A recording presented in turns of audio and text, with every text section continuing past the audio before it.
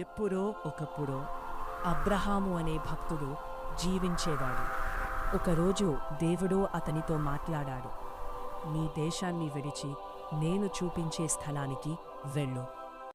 అబ్రహాము ఒక్క క్షణం కూడా ఆలస్యం చేయలేదు.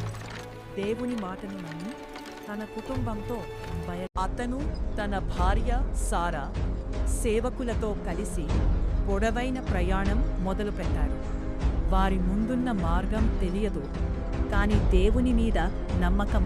ఒక రాత్రి దేవుడు అన్నాడు, ఆకాశంలో ఉన్న నక్షత్రాల లాంటి సంతానం నీకు ఇస్తాను. సారా నవ్వింది. మన వయసులో పిల్లలు ఎలా పుడతారో అని అనుకుంది. కాలం గడిచింది. దేవుని వాగ్దానం నిజమైంది. సారా ఒక కుమారుడిని కనింది, ఇస్సాకు. ఇస్సాకు వారి జీవితంలో ఆనందాన్ని నింపాడు. అబ్రహాము అతనిని ఎంతో ప్రేమించాడు. ఒకరోజు దేవుడు అబ్రహామును పిలిచాడు. నీ కుమారుడిని తీసుకొని బలి చే. ఆ మాట విని అబ్రహాము హృదయం విరిగిపోయింది. కాని అతను దేవుని మీద విశ్వాసం కోల్పోలేదు. తరువాతి ఉదయం అబ్రహాము మౌనంగా లేచి బలి కోసం వస్తువులు సిద్ధం చేశాడు. ఇస్సాకును తీసుకుని పర్వతం వైపు బయలుదేరాడు. 3 రోజుల ప్రయాణం ప్రారంభం. రోజు రాత్రి వారి ప్రయాణం నిశ్శబ్దంగా కొనసాగింది.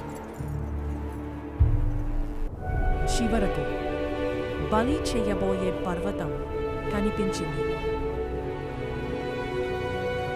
ఇస్సాకు అడిగాడు, నాన్న, బలి కోసం గొర్రె ఎక్కడా?